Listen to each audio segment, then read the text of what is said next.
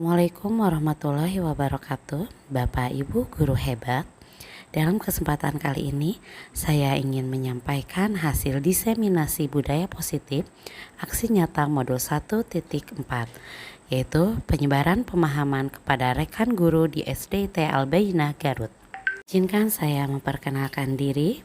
Saya Rizka Amelia, CGP Angkatan 9 dari Kabupaten Garut yang bertugas di SDIT Al-Bayyinah Garut. Selama pendidikan guru penggerak ini, saya dibimbing oleh Ibu Fitrian Wulandari MPD selaku fasilitator dan Bapak Rahayu MPD selaku pengajar praktik. Melakukan aksi nyata, terlebih dahulu saya membuat rancangan aksi nyata yang dilatar belakangi oleh pemikiran Ki Hajar Dewantara tentang sekolah merupakan ladang penyemaian benih-benih. Oleh karena itu, saya ingin membuat sekolah yang aman, nyaman, dan menyenangkan bagi seluruh warga sekolah, seperti yang dikatakan oleh Ki Hajar Dewantara. Adapun tujuan dari aksi nyata ini yaitu untuk menumbuhkan budaya positif di sekolah dengan meyakini nilai-nilai kebajikan universal, memahami posisi kontrol seorang guru, pembuatan keyakinan kelas, dan penerapan segitiga restitusi dalam penyelesaian kasus murid, sehingga menciptakan murid yang merdeka dan memiliki disiplin positif kuat sesuai profil pelajar Pancasila. Diseminasi ini saya berharap guru memiliki pemahaman yang seragam mengenai disiplin positif sehingga bersama-sama membuat rencana perbaikan. Kedua, terbentuknya keyakinan sekolah atau kelas. Ketiga, guru yang menempatkan posisi sebagai manajer. Keempat, murid yang selalu berperan aktif. Kelima, menerapkan segitiga restitusi. Dan keenam, adanya kolaborasi antara guru guna tercapainya keyakinan sekolah dan kelas yang sejalan. Selain itu, saya memiliki harapan, yaitu harapan saya semoga penerapan budaya positif di SDIT Al-Bayyinah dapat terwujud, baik selama di lingkungan sekolah sendiri, di rumah, maupun di lingkungan masyarakat. Dengan terwujudnya budaya positif, semoga mampu menciptakan suasana belajar yang aman, nyaman, dan menyenangkan. Konsep inti budaya positif ada 8, yaitu disiplin positif, nilai-nilai kebajikan, teori motivasi perilaku manusia, hukuman dan penghargaan, kebutuhan dasar manusia, keyakinan kelas, 5 posisi kontrol, dan segitiga restitusi.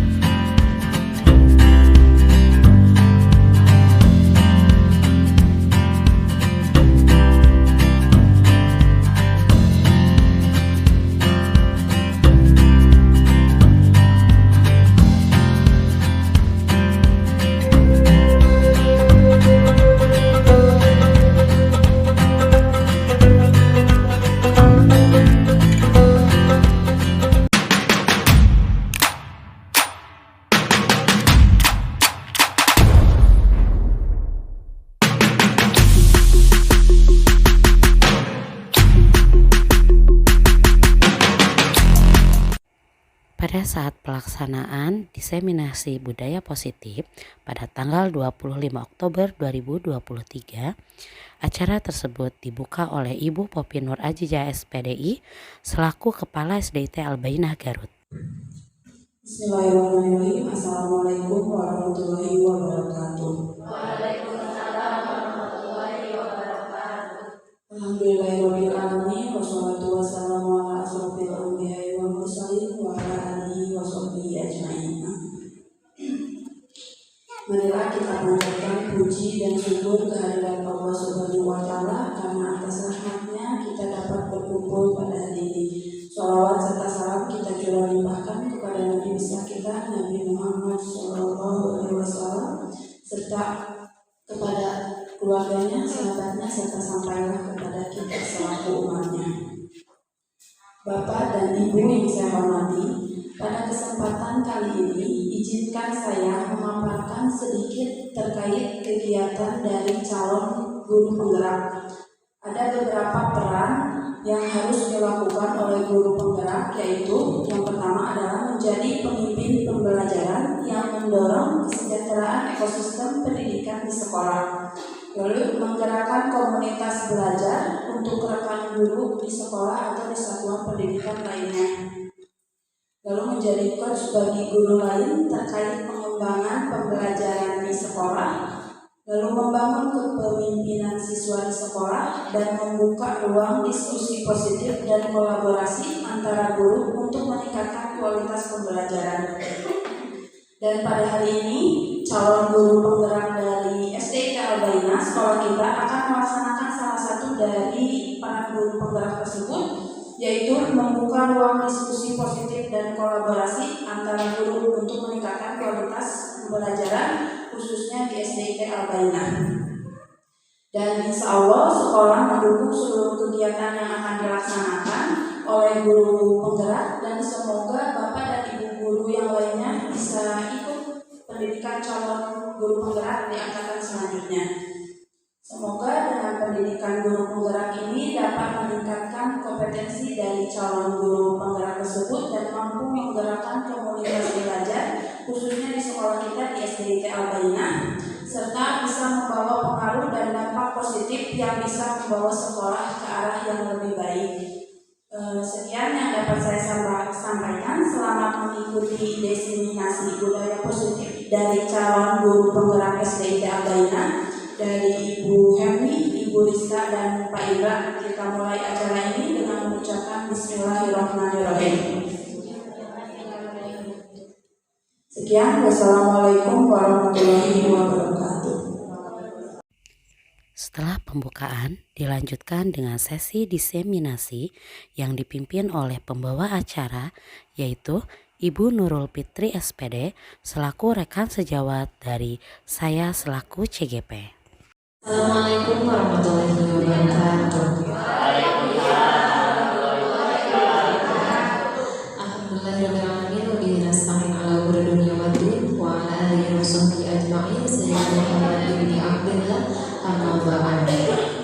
Alhamdulillah, pada hari ini, tepatnya di siang hari yang agak mendung, kita akan mendengarkan paparan dari calon guru penggerak SDIK Al-Bainah angkatan ke-11, yaitu ke-9, astagfirullah ya, yang akan dipaparkan oleh Bu Rizka Amelia, yaitu tentang aksi nyata modul 1.4 diseminasi budaya positif. Baik, saya persilakan kepada Bu Rizka untuk menyampaikan materinya. Bismillahirrahmanirrahim. Assalamualaikum warahmatullahi wabarakatuh. Izin berdiri, Ibu. Ya, terima kasih atas kesempatannya Ibu Nurul, dan terima kasih juga atas kesempatan dan dukungannya untuk Ibu Kepala Sekolah. Terima kasih juga atas kehadirannya Bapak Ibu rekan seperjuangan saya. Pada kesempatan kali ini, insya Allah saya akan menyampaikan suatu materi tentang budaya positif. Tapi seperti tadi yang dikatakan oleh Ibu MC kita, bahwa siang hari ini cukup mendung, sehingga membuat kita mungkin sedikit mengantuk. Karena itu saya meminta kesediaannya Bapak Ibu untuk kita melakukan ice breaking terlebih dahulu. Boleh berdiri Bapak Ibu?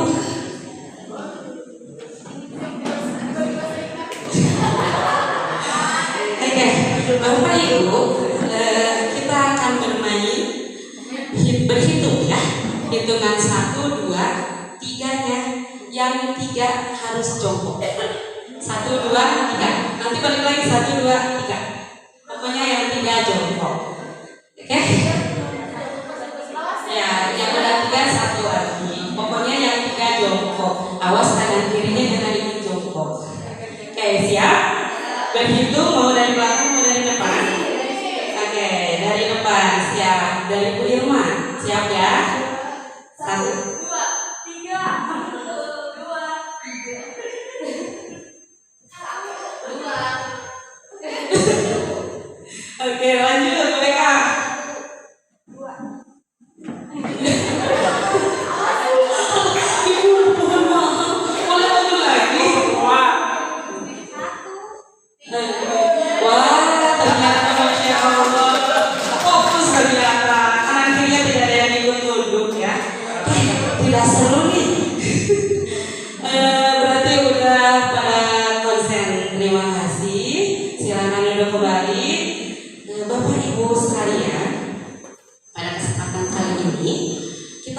menjalankan kegiatan ini dengan kesenangan, di mana kalau kita senang insya Allah akan mudah dan tidak terasa berat. Dan jangan bahagia, kalau bahagia nanti bisa sedih, bisa sakit Bapak Ibu biasanya, karena Masya Allah ya tugas kita banyak sekali. Kalau kita menjalankannya dengan murung dan tidak bahagia akan cenderung lelah. Jadi menjalankannya dengan bahagia. Setuju Bapak Ibu? Setuju. Oke, kita lanjut ya. Pada kesempatan kali ini saya akan menyampaikan tentang budaya positif. Di sini ada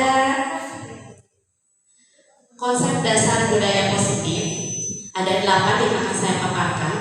Pertama, perubahan paradigma belajar. Kedua, disiplin positif. Ketiga, nilai-nilai kebajikan. Keempat, kebutuhan dasar manusia. Kelima, motivasi perilaku manusia. Keenam, posisi kontrol guru. Ketujuh, keyakinan kelas. Dan kedelapan, segitiga restitusi. Ada 8 yang akan saya sampaikan. Siap menerima? Oke, dilanjut ya. Pertama adalah paradigma baru pembelajaran. Paradigma baru pembelajaran merupakan pembelajaran yang dirancang berdasarkan prinsip pembelajaran diferensiasi. Pembelajaran di mana guru menggunakan berbagai metode pengajaran untuk memenuhi kebutuhan individual setiap siswa sesuai dengan kebutuhan mereka dalam rangka mewujudkan profil belajar Pancasila. Jadi perubahan paradigma kita yang tadinya belajar itu teacher center.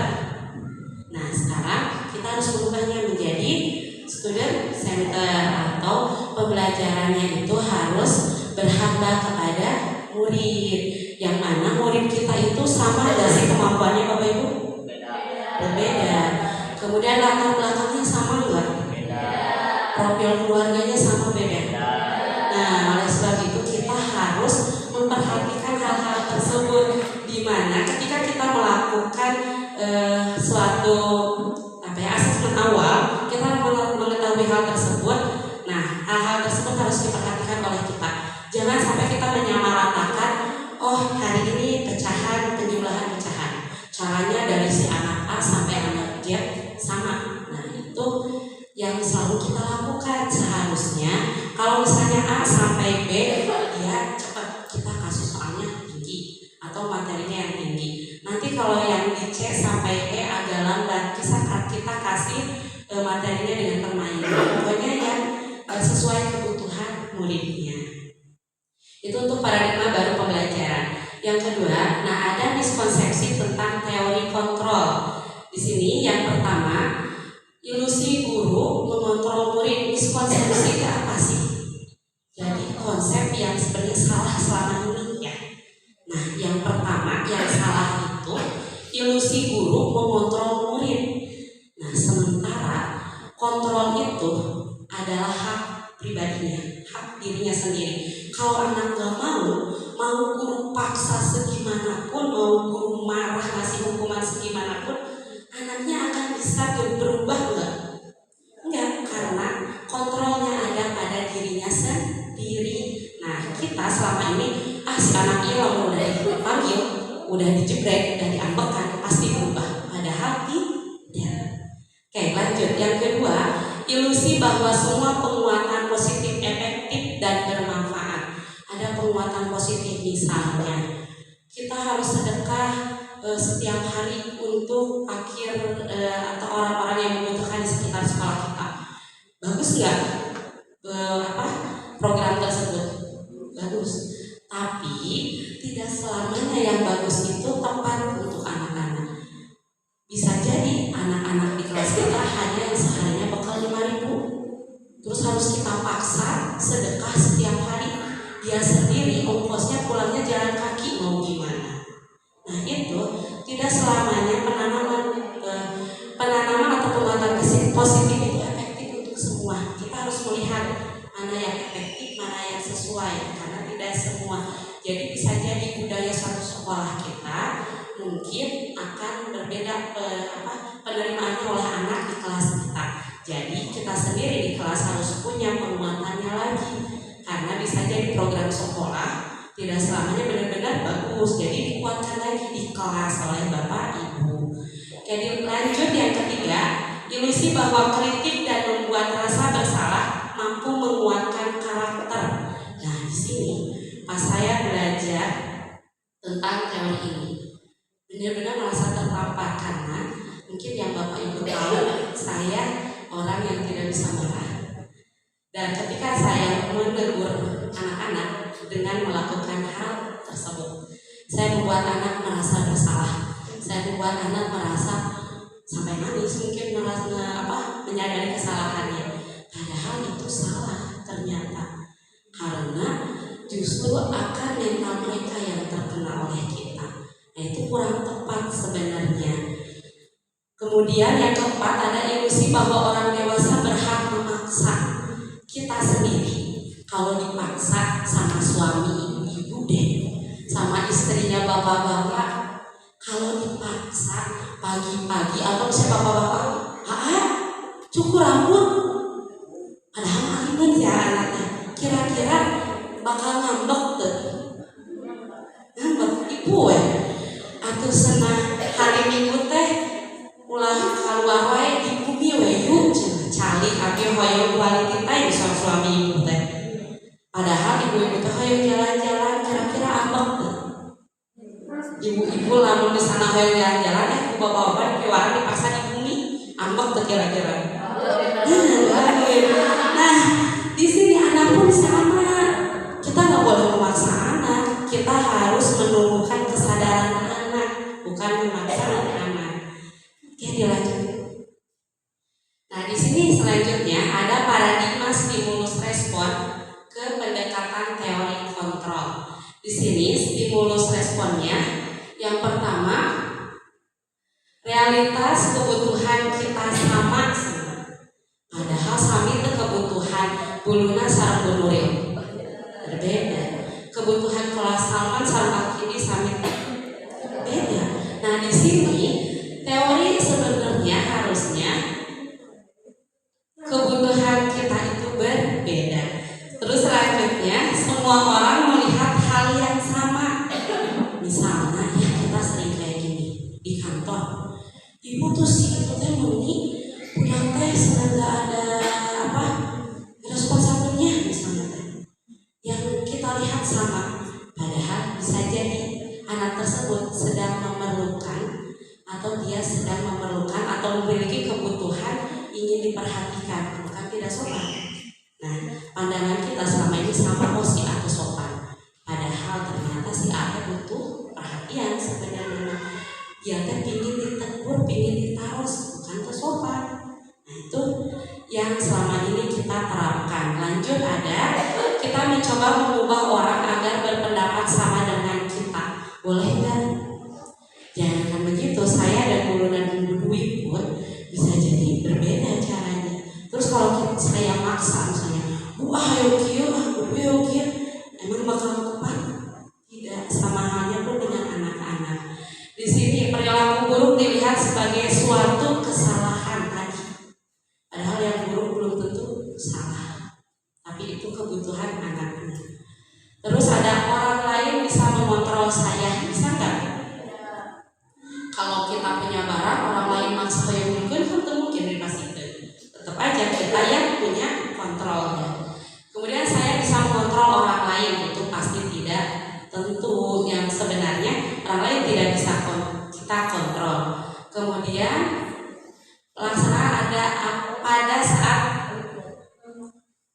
pemaksaan, ada pada saat rujukan gagal. Kita teh membujuk anak sering ya. Pertama kita nggak pakai taring nih ke anak-anak, dibujuk dulu dengan lembut. Anak teh nurut. Akhirnya keluarlah taring, dipaksa lah, sering ya seperti itu. Saya sendiri terus amat sering melakukan hal seperti itu. Padahal seharusnya kita melakukan kolaborasi dengan anak.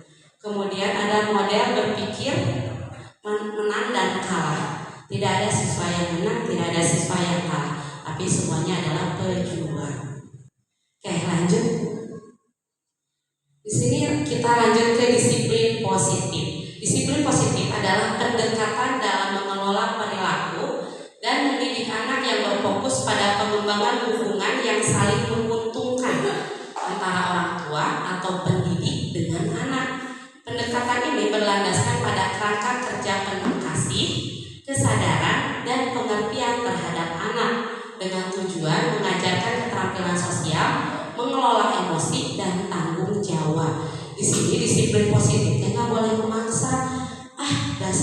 Dan kata aku yang paling tepat itu kalau kita mau disiplin harus menggunakan hukuman. Padahal itu tidak tepat. Kita harus mengandalkan hubungan saling menguntungkan. Kita ingin anak kita disiplin, kita dengarkan apa cara yang anak ingin tempuh untuk menjadi anak disiplin. Di sini disiplin positif itu bisa dilakukan dengan buah arah seperti itu, bukan dari kita saja memaksa anak. Selanjutnya ada nilai-nilai kebajikan. Di sini nilai-nilai kebajikan merupakan sebuah nilai baik yang disepakati bersama tanpa membedakan suku, agama, bangsa, bahasa, dan latar belakangnya.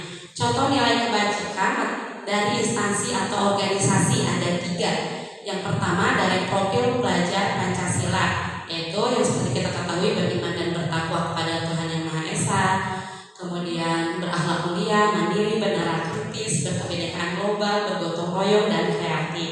Nah, itu adalah nilai kebajikan yang harus ditanamkan kepada murid kita. Kemudian ada nilai kebajikan dari 9 pilar karakter, yaitu memiliki pribadi yang toleransi, rasa hormat, integritas, mandiri, menghargai, antusias, empati, keingetahuan, dan kreativitas. Kemudian ada nilai kebajikan keterampilan, kerjasama, percaya diri, komitmen, dapat dipercaya, lurus hati, pendengar yang aktif, tidak merendahkan orang lain, dan memberikan yang terbaik dari diri. Nah, untuk menerapkan nilai kebajikan ini tidak semudah membalikan telapak tangan, tidak semudah pesulap yang memainkan ilusinya. Kita memerlukan beberapa perjalanan panjang. Dilanjut. Nah, ini perjalanan pertama kita. Kita harus mengetahui 5 kebutuhan dasar manusia. Kita harus tahu dulu kebutuhan anak itu apa. Ada 5 nih. Kita pun sama memiliki 5 kebutuhan ini. Jadi setiap tindakan murid atau kita itu merupakan cerminan dari kebutuhan dasar kita. Kita melakukan sesuatu itu karena kita membutuhkan sesuatu. Di sini yang pertama bertahan hidup. Kita butuh makan setiap hari, Bapak Ibu.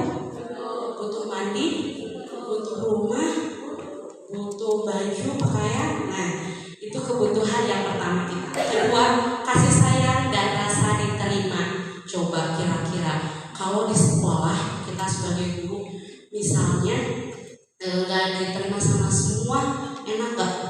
Enggak. Siswa pun sama. Kalau misalnya di kelas suka ada ya, pasti di tiap kelas ada di anak yang sendiri aja. Itu pasti tidak menutup kemungkinan ada. Nah, dia tuh sebenarnya sedang membutuhkan ini. Kita harus mencari cara agar anak kita bisa memberikan kasih sayang, kemudian anak bisa diterima oleh semuanya. Kemudian kebutuhan yang kedua, yang ketiga, penguasaan. Nah, setiap anak itu ingin memiliki panggungnya sendiri. Dia ingin merasa, saya punya teman, saya punya kuasa, saya punya power. Sama halnya dengan guru, sama halnya dengan saya sendiri pun seperti itu.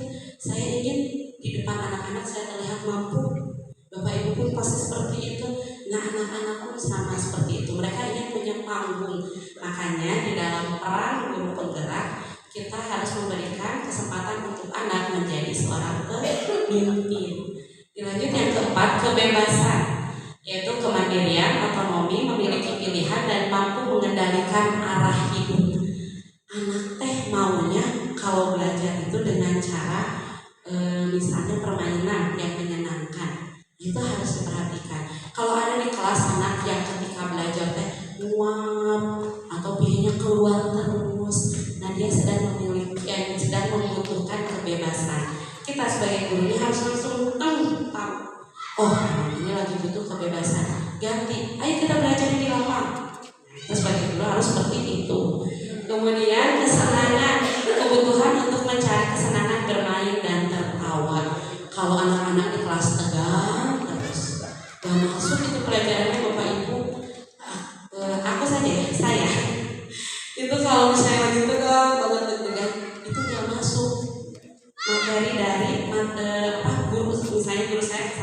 itu pasti nggak masuk karena kita kan lagi tegang, hormon kita lagi naik, nggak mungkin bisa langsung bercanda banyak. Jadi ciptakan situasi yang menyenangkan. Lanjut, Bu. Ada motivasi perilaku manusia. Ada dua motivasi. Ada motivasi dari luar atau ekstrinsik, dan ada motivasi dari dalam. Motivasi ekstrinsik itu ketika seseorang atau siswa melakukan sesuatu itu karena takut dihukum. Hayu orang cepat-cepat ke sekolah, fisika guru dihukum, kayak dapat teguran misalnya disuruh nulis Al-Fatihah 2 halaman misalnya. Nah itu tidak dari kesadaran dia, tapi takut dihukum. Dia memang berangkat pagi, tapi bukan keinginan dia. Kemudian ada mendapatkan penghargaan dari orang lain. Sebenarnya saya di kelas menerapkan poin baik dan buruk. Ternyata itu kurang tepat, karena kalau kita memberikan reward anak berubah, itu anak bukan karena keinginannya sendiri. Nanti bisa-bisa anak melakukan hal-hal positif itu karena ingin imbalan. Suatu hari aja misalnya saya nggak masuk, imbalan tersebut tidak bisa saya berikan. Bisa jadi anak itu di hari tidak ada saya parah. Itu yang tidak boleh ada imbalan karena itu. Oke, kemudian ada motivasi intrinsik. Nah ini yang bagus, motivasi yang muncul atas kesadaran diri sendiri. Jadi anak sadar, aku tuh harus berangkat. Itu kewajiban saya, itu tanggung jawab saya. Saya harus belajar dengan tekun, itu tugas dan kewajiban saya. Nah di sini untuk menciptakannya kita harus menghargai, kita harus menanamkan si anak itu bisa menghargai diri sendiri. Nah bagaimana caranya? Kita lanjut Ibu. Nah, ciri-ciri sebuah tindakan. Nah, kita bisa melakukannya dengan cara ini. Ada yang pertama hukuman. Tepat nggak sih hukuman tadi? Tidak, karena akan membuat anak jadi muncul motivasi ekstrinsik, bukan intrinsik.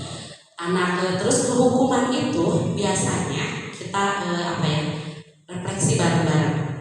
Hukuman itu muncul atau tidak rencana tiba-tiba. Misalnya ada murid Bapak Ibu siapa satu orang nih, Farel misalnya.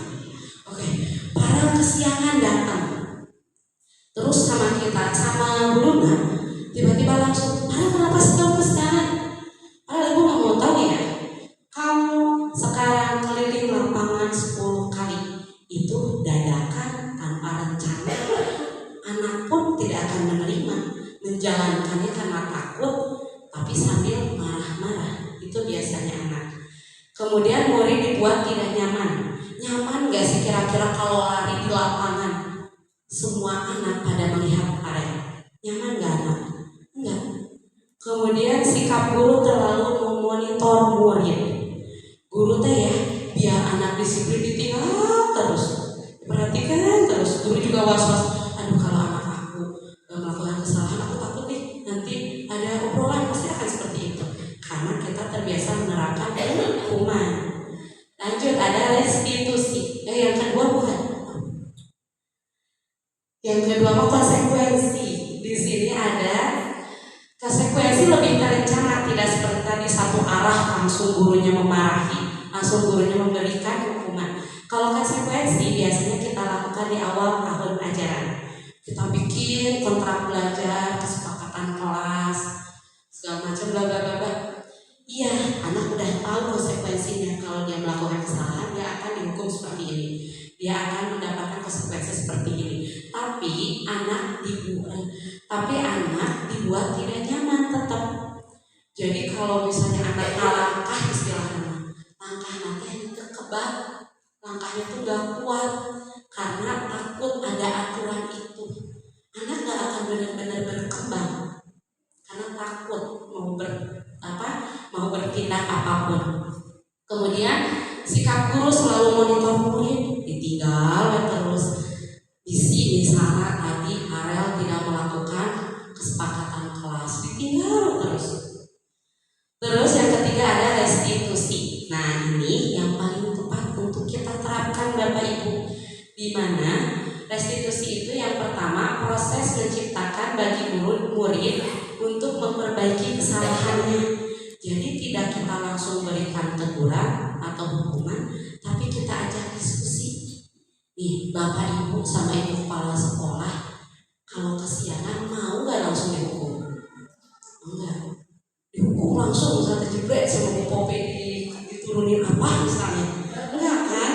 Pasti inginnya dikasih kesempatan buat Ibu, maaf tadi saya kesiangan bla bla bla bla bla bla. Inginnya seperti itu. Anak pun sama ingin seperti itu. Kemudian kita harus mengajak anak ngobrol. Terus yang kedua, proses kolaboratif yang mengajarkan murid untuk mencari solusi. Setelah ngobrol, dicarilah solusi bersama. Kenapa tuh kesiangan baik?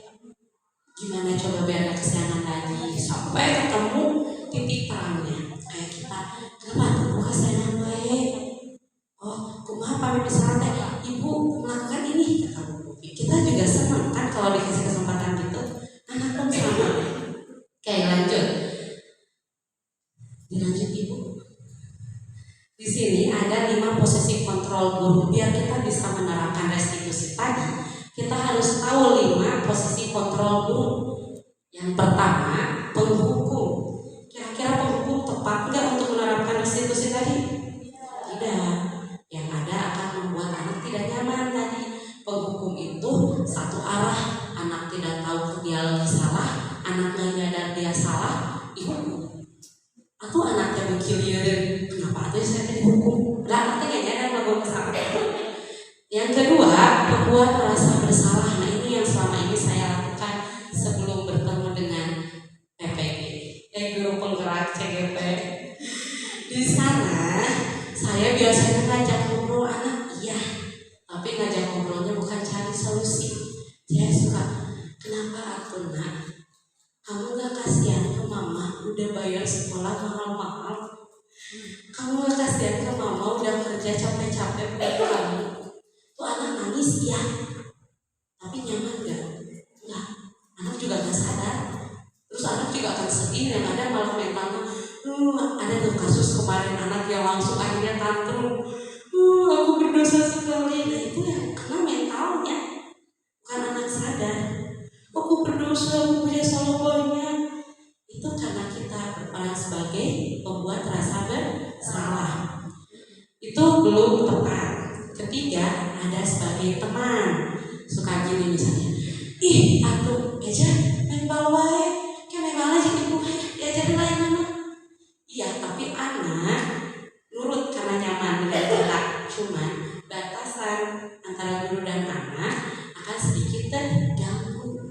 Terkadang anak ketika tidak sadar sedang membutuhkan kebebasan, dia jadi kebablasan melewati batasannya.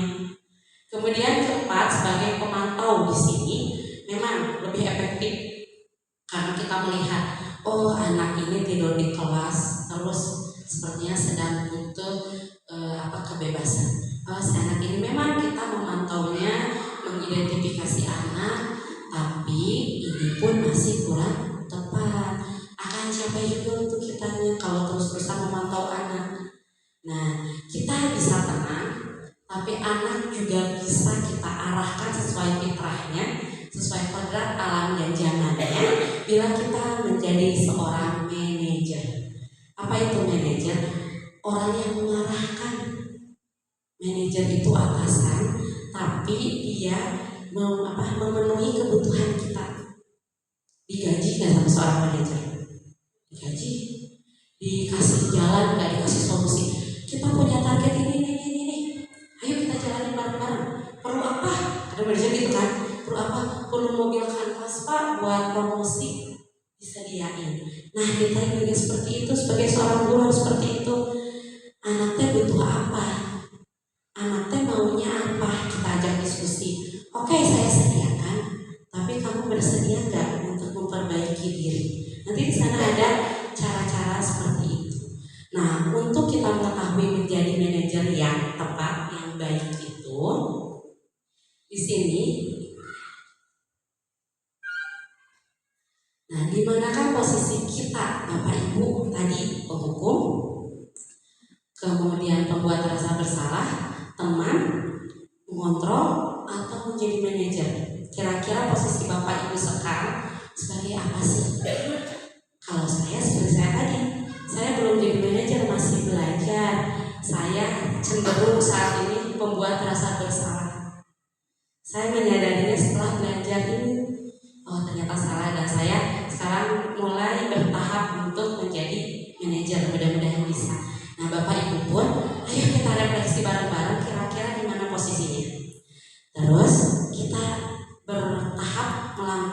menjadi manajer bareng-bareng. Siap Bapak Ibu? Wah, anak-anak aja disuruh semangat, Bapak Ibunya semangat. Siap Bapak Ibu? Siap ya, untuk menanamkan disiplin positif di sekolah kita, kita harus bisa menjadi manajer. Oke, dilanjut. Nah, di sini kalau kita ingin menjadi manajer, pertama kita harus membuat keyakinan kelas, bukan kesepakatan kelas, keyakinan kelas. Keyakinan kelas adalah nilai-nilai keselamatan atau kesehatan. Inilah yang kita sebut sebagai suatu keyakinan, yaitu nilai-nilai kebajikan universal, kebajikan untuk semua, menyeluruh, yang disepakati secara tersirat dan tersurat lepas dari latar belakang, suku, negara, bahkan maupun agama. Nah, keyakinan kelas itu memang kita buat bareng-bareng dengan siswa di awal, tapi berbeda dengan kesepakatan kelas. Dilanjut ya. Nah, pembentuk keyakinan kelas, kenapa saya tadi katakan berbeda? Di sini cara membentuknya itu, kalau keyakinan kelas abstrak, kalau kesepakatan kelas kita udah konsep dulu dari awal kan, anak tidak boleh terlambat lebih dari datang terlambat lebih dari 7.15. Kita udah konsep semuanya. Kalau keyakinan kelas itu abstrak, kita masuk kelas kita belum tahu apa yang akan kita buat. Kita diskusi dengan anak-anak. Anak-anak, kita mau jadi orang seperti apa sih? Nah, biar kita sukses misalnya kan, apa yang harus kita lakukan? Nanti anak-anak kita mulai belajar dengan baik Bu. Oke, belajar dengan sungguh-sungguh. Baru ditulis. Terus misalnya kalau di luaran kita biar terlihat jadi anak yang baik, kita harus seperti apa? Jadi memang kita nggak tahu apa yang akan kita tulis. Hasil diskusi aja mengalir dengan anak-anak, itu keyakinan kelas. Karena nilainya bukan hanya dari saya, bukan saya yang menentukan nilai itu yang terbaik, tapi kita semua menentukan nilai yang terbaiknya apa. Itu keyakinan kelas. Kemudian berupa pernyataan universal. Jadi bukan siswa tidak boleh datang terlambat lebih dari pukul 7.15, tapi yang universal, misalnya datang ke sekolah tepat waktu. Udah. Jadi ketika anak nanti tidak tepat waktu, itu sudah mencakup di sana. Anak datangnya jam 7:30 itu mencakup di sana. Terus ketiga, dibuat dalam pernyataan positif. Tadi nggak boleh negatif. Tidak boleh datang ke sekolah terlambat, itu salah. Harus seperti tadi, datang ke sekolah tepat waktu. Positif negatif katanya. Oke, belajar di kelas dengan tertib. Positif negatif. Kalau misalnya tidak boleh berisik saat guru menjelaskan, itu negatif. Ke anak pun akan tertanam negatif nantinya. Terus yang keempat, sesuai dengan kondisi kelas atau sekolah sehingga mudah diterapkan. Kita buat kesepakatannya, kita juruskan bareng-bareng sesuai budaya kita, sekolah kita, disesuaikan biar mudah menjalankannya. Terus semua warga kelas atau sekolah dilibatkan dalam pembuatan keyakinan kelas. Di sini kita sebagai wali kelas, kemudian siswa, guru lain juga diajak biar tahu, oh nanti keyakinan kelas ini ada seperti ini. Jadi guru tersebut pun, guru mata pelajaran pun, kalau misalnya anak melanggar keyakinan kelas, terus keyakinan mana yang harus diperbaiki, guru tersebut mengetahuinya. Oke, dilanjut Ibu. Nah, setelah kita membuat keyakinan kelas, ketika ada anak yang melanggar, kalau manajer itu posisinya melaksanakan segitiga restitusi, bukan dihukum tapi melaksanakan segitiga restitusi. Segitiga berarti ada 3 langkah yang harus kita lakukan. Pertama, menstabilkan identitas. Kedua, validasi tindakan yang salah. Ketiga, menanyakan keyakinan. Nah, segitiga restitusi ini berupa suatu dialog yang dilaksanakan oleh guru agar dapat menghasilkan murid yang mandiri dan bertanggung jawab. Gimana sih 3 cara ini? Dilanjut. Oke, sesi pertama tadi menstabilkan identitas. Bagian dasar dari segitiga bertujuan untuk mengubah identitas anak dari orang yang gagal karena melakukan kesalahan menjadi orang yang sukses. Ketika si anak melakukan kesalahan, dipanggil sama Bu Uis misalnya teh, dia siapa Bu anak di kelas ibu, Pami, sini Pami misalnya. Pami dipanggil tuh sama Bu Uis. Kira-kira Pami mau nggak pas dipanggil ke depan kelas? Mau. Udah gitu Pami teh tahu, aku salah, aku bakal dihukum. Udah deg-degan, tapi yang adalah udah biasa. Anak teh akhirnya ongkos sadar tapi tidak menyadari gitu. Nah di sini kita stabilkan dulu, kita tanya si anaknya sampai anaknya nggak ngerasa malu lagi, sampai anaknya menyadari kesalahannya. Itu dari menstabilkan identitas. Anak semua itu pernah melakukan kesalahan, bukan hanya anak, kita juga melakukan kesalahan. Oleh karena itu kita perlu menstabilkan identitas. Yang kedua, sesi 2-nya validasi tindakan yang salah. Setiap tindakan kita dilakukan dengan suatu tujuan, yaitu memenuhi kebutuhan dasar. Kalau kita memahami kebutuhan dasar apa yang mendasari sebuah tindakan, kita akan bisa menemukan cara-cara yang paling efektif untuk memenuhi kebutuhan tersebut. Nah di sini kita harus tahu dulu tindakan yang salah itu seperti apa, tujuannya kenapa, alasannya apa. Nanti kita bisa mencari cara yang efektif. Dan yang sesi ketiga menanyakan keyakinan. Di sini tadi kita kan udah buat keyakinan. Kita tanya di sesi ini keyakinan apa yang dilanggar, keyakinan apa yang harus diperbaiki. Nah contohnya dilanjut. Di sini contoh penerapan segitiga restitusi. Nah di sini mohon maaf karena kecil saya izin. Di sini ada kasus saya dengan Anin.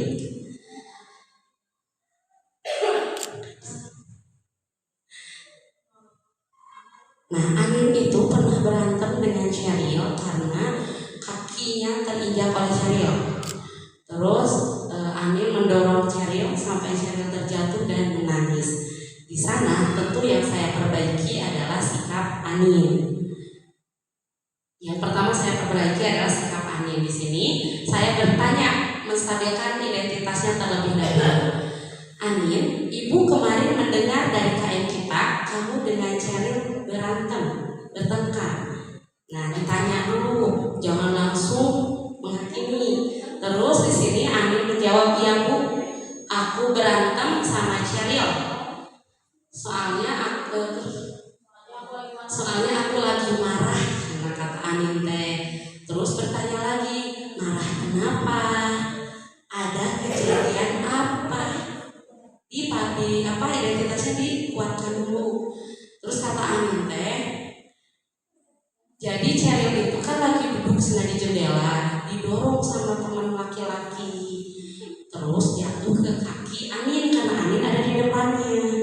Kakinya itu udah habis keseleo, sakit lah.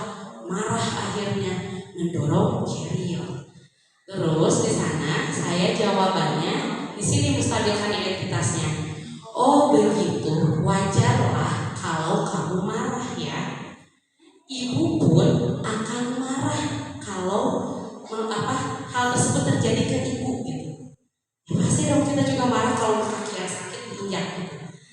Kita stabilkan dulu gitu. Terus di sana lanjut masuk ke validasi tindakan yang salah. Tetap Anita tetap salah, mau gimana juga kita validasi. Di sana saya bertanya lalu, apa yang kamu lakukan setelah itu? Anin menjawab, yang aku lakukan sih cuma mendorong Cheryl, selebihnya gak ada lagi, gitu aja. Terus saya bertanya lagi, mendorong Cheryl, lalu Cherylnya bagaimana? Cherylnya nangis. Oh berarti kencang ya kalau seperti itu. Nah terus kita tanyakan, kamu pasti ada alasannya kan melakukan hal tersebut? Iya karena kaki saya sakit, kaki saya sudah keseleo, saya sakit, saya tanpa sadar emosi mendorong Cheryl. Itu alasannya, kita terima alasannya. Oh iya alasan kamu benar. Kalau sakit terkadang orang tidak bisa mengontrol emosi. Di sana refleksi, yakinkan dulu, dikuatkan Aninnya. Terus menanyakan keyakinan. Di sini tindakan kita sebagai seorang guru.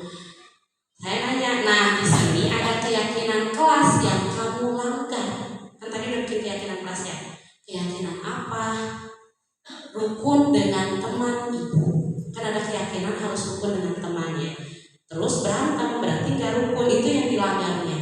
Kemudian di sini keyakinan kelas kita kan harus rukun dengan temannya. Nah, kalau sudah seperti ini, keyakinan kelas apa yang harus Anin lakukan saat Anin marah?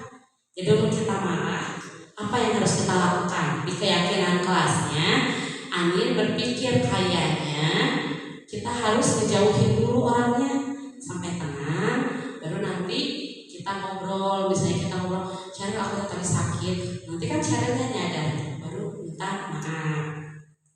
Terus di sana ditanyalah, Anin bersedia untuk memperbaiki sikap Anin atau melakukan keyakinan kelasnya. Anin menjawab siap. Caranya gimana? Kita berikan caranya ke siswa, jangan kita yang ngasih. Nanti anak nggak sadar. Jadi si siswa yang harus mempertanggungjawabkannya sendiri dengan cara sendiri, dengan keinginan sendiri. Terus di sini kata Anin, saya akan menjauh, saya menenangkan diri, karena manusia itu memang butuh ketenangan saat marah. Dia pergi dulu katanya. Terus nanti kalau udah baik, saya akan datang ke Anin dan meminta maaf. Ke Cheryl dan meminta maaf. Di sana tentu Cheryl pun akan balik meminta maaf karena tadi ada kesalahan Cheryl di sana. Gak akan terjadi pertengkaran kalau seperti itu.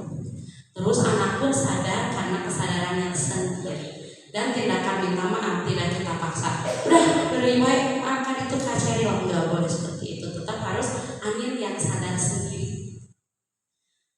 Lanjut.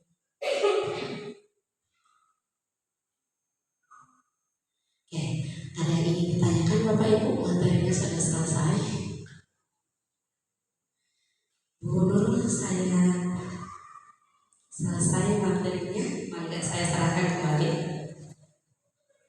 Baik, terima kasih Bu Rizka atas pemaparan yang sangat luar biasa. Sesi selanjutnya yaitu sesi tanya jawab. Silakan Bapak Ibu jika ada yang ditanyakan. Oh Pak Ade, banyak sekali Bu Rizka. Mau berapa pertanyaan Bu Rizka? Oke. Ada Bu Lita, Pak Ade, Bu Tita dan juga Bapak Hani. Oke, kita ke Bu Lita terlebih dahulu. Bismillahirrahmanirrahim.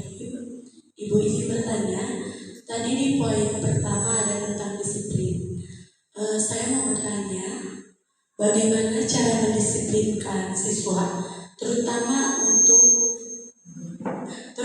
untuk guru kelas 1 ya.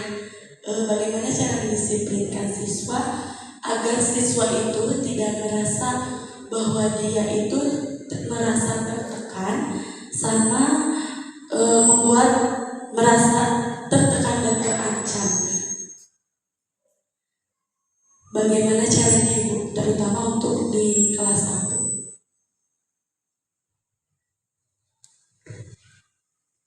Terima kasih Bu Lita. Silahkan Bu Rizka untuk menjawab soal dari pertanyaan dari Bu Lita. Baik Ibu, tadi untuk caranya menerapkan disiplin positif kepada anak kelas 1 tanpa anaknya tidak merasa tertekan, bagaimana caranya? Caranya seperti tadi, kita membuat keyakinan kelas. Anak kelas 1 emang udah bisa, karena tadi bahasanya yang universal. Jadi dari awal Ibu membuat kesepakatan kelas mungkin ya. Nah, kita ubah kesepakatan kelasnya menjadi keyakinan kelas. Kita ajak ngobrol si anaknya. Ngobrolnya boleh misalnya di bawah bikin lingkaran, membuat diskusi, anak tidak merasa sedang dinasihatin. Anak merasa kita sebagai manajernya lagi mengolah data bagaimana keyakinan yang tepat untuk kita semua. Dan di sana pun disisipkan keyakinan kelas sebagai gurunya. Ibu juga harus menyisipkan keyakinan kelas sebagai guru. Kalau ibu melakukan misalnya ibu teh harus gimana misalnya. Ibu harus menyayangi semua anak tanpa terkecuali misalnya. Nah itu harus diterapkan biar anak pun menjalankannya dengan ridho istilahnya mah. Karena kebutuhan akan rasa kasih sayang udah terpenuhi sama ibu. Ibu pun harus mencantumkan di sana gitu.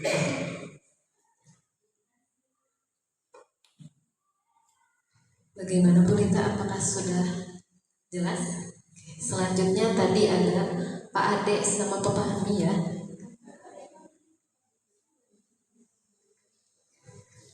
Bismillahirrahmanirrahim. Assalamualaikum warahmatullahi wabarakatuh.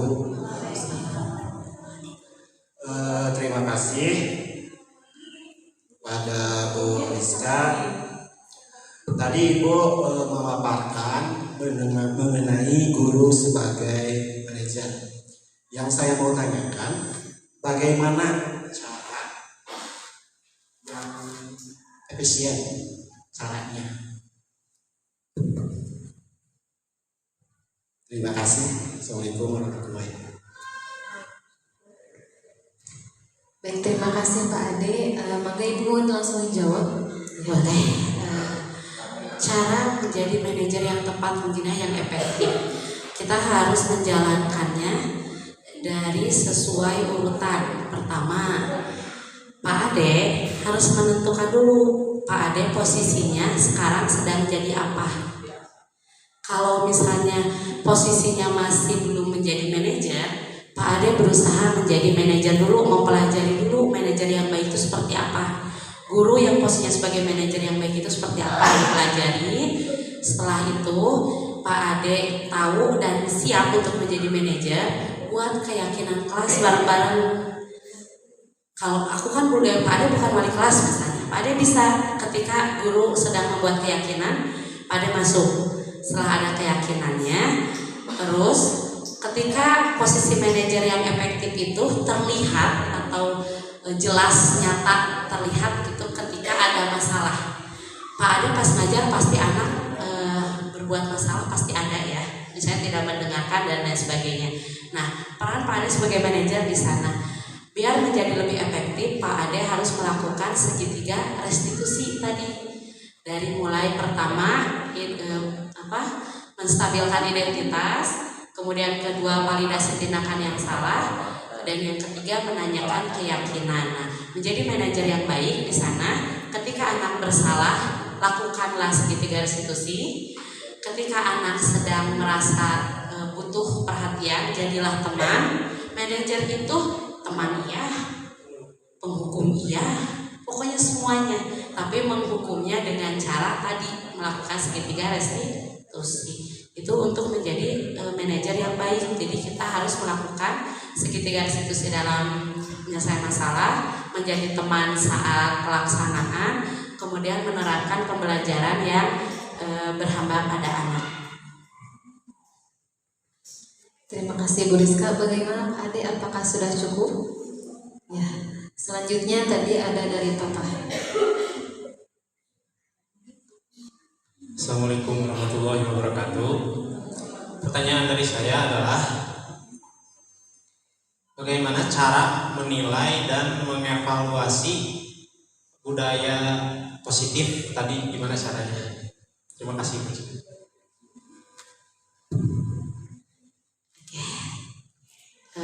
Izin menjawab ya Pak Fahmi. Untuk mengevaluasi budaya disiplin positif tadi, kita di sini kan manajer Pak ada peranannya sebagai yang mengontrol ya. Nah, kita tetap harus mengontrol semua di sana. Terus evaluasi yang paling tepatnya, kita itu sebagai guru harus punya nilai-nilai yang pertama, nilai-nilai yang paling utama dari guru itu sebagai orang yang reflektif. Jadi kita refleksi setiap ada masalah, misalnya setiap ada permasalahan yang datang, setiap permasalahan yang kita restitusi, kita harus punya catatannya. Terus nanti refleksi di mana kesalahannya, kenapa anak masih ada yang melanggar keyakinan kelas. Terus aja kita refleksi setiap saat. Nah, di sana akan terlihat di mana salahnya, di mana yang sudah tepatnya. Itu dengan refleksi, kemudian mencatat setiap kasus yang sudah kita lakukan segitiga restitusi.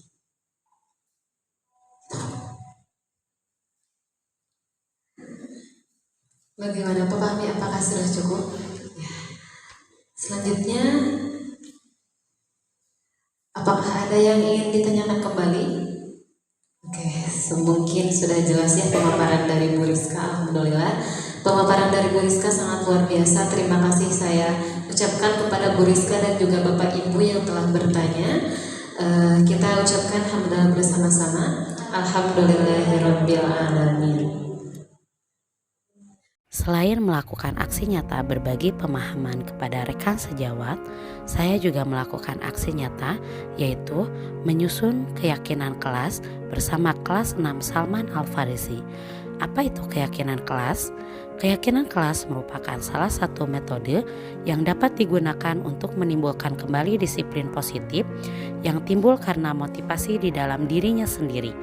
Implementasi keyakinan kelas dilatar belakangi bahwa masih ditemukannya beberapa murid yang masih melakukan pelanggaran dan bila melakukan kebaikan atau disiplin positif masih harus selalu diingatkan. Tujuan keyakinan kelas yaitu untuk membiasakan budaya dan disiplin positif melalui komunikasi yang diciptakan dari segala arah antara guru dan murid-muridnya melalui keterlibatan murid dan guru dalam pembentukan keyakinan kelas untuk mencapai kelas impian, yakni kelas yang efektif dan mampu menciptakan pembelajaran yang berpihak kepada murid. Dalam pembuatan keyakinan kelas, ada beberapa kriteria yang harus diperhatikan. Berikut hal-hal yang harus diperhatikan dalam pembuatan keyakinan kelas, yaitu yang pertama, bersifat abstrak, kedua, berupa pernyataan universal, ketiga, dibuat dalam pernyataan positif, keempat, sesuai dengan kondisi kelas atau sekolah sehingga mudah diterapkan, dan yang kelima, semua warga kelas atau sekolah dilibatkan dalam pembuatan keyakinan kelas. Pada saat pembuatan keyakinan kelas, saya melakukan 3 tahapan, yaitu tahap yang pertama, penjelasan guru. Saya menjelaskan kepada murid mengenai apa itu keyakinan kelas, kemudian saya membimbing murid agar mampu mengungkapkan apa yang mereka yakini. Setelah itu, masuk ke tahap kedua, yaitu diskusi atau curah pendapat. Siswa secara terbuka menyampaikan pendapatnya kepada guru dan rekan-rekannya. Setelah itu, tahap ketiga, setelah didapatkan kesepakatan, kemudian kami menempelkan hasil kesepakatan kami di depan kelas agar mampu dibaca oleh semua. Sekian pemaparan dari saya tentang aksi nyata yang telah saya lakukan, yaitu berbagi pemahaman kepada rekan sejawat dan juga pembuatan keyakinan kelas bersama kelas 6 Salman Al-Farisi. Semoga bermanfaat dan dapat diaplikasikan dalam kegiatan kita sehari-hari selaku guru yang baik yang menuntun siswanya sesuai dengan kodratnya. Terima kasih.